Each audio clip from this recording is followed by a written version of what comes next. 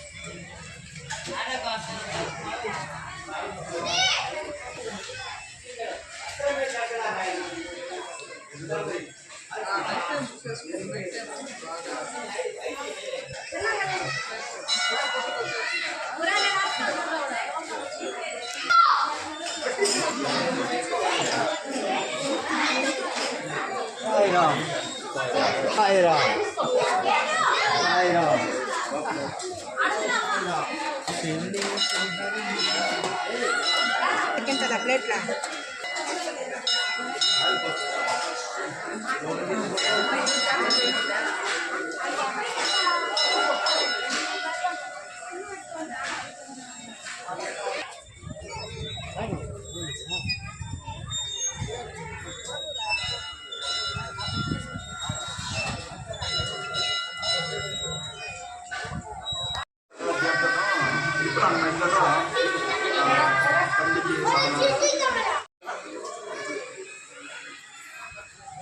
భయపడబాకండి మన పాత వాళ్ళే ఉండేది కదా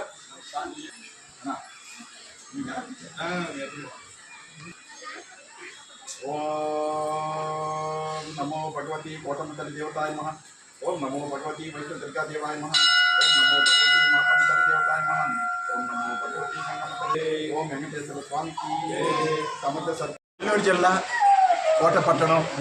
కోటపట్టణంలో వెలసినటువంటి చల్లని తల్లి వరాల తల్లి అందరినీ ప్రేమగా ఆదరిస్తున్నటువంటి మహాతల్లి మన కోటమ్మ తల్లి దేవస్థానం చైర్మన్ గారి నల్లపల్లి జగన్మోహన్ రెడ్డి గారి దంపతుల పర్యవేక్షణ జరుగుతున్నటువంటి అన్నప్రసాద వినియోగ కార్యక్రమం 4 సంవత్సరాల ఇది 3వ వారం. ఈ అన్నప్రసాద వినియోగ కార్యక్రమం చాలా చక్కగా అద్భుతంగా జరుగుతూ ఉంది. ఇట్లాంటి కార్యక్రమాలు తలపెట్టాలన్నా చేయాలన్నా అదృష్టం కావాలి. ఈ కార్యక్రమం చూడాలన్నా కూడా అదృష్టం కావాలి. ఇట్లాంటి ప్రసాదాలు స్వీకరించాలన్నా కూడా అదృష్టం కావాలి. ఇట్లాంటి అదృష్టాన్ని మన దేవస్థానం చైర్మన్ గారు కల్పింపజేశారు.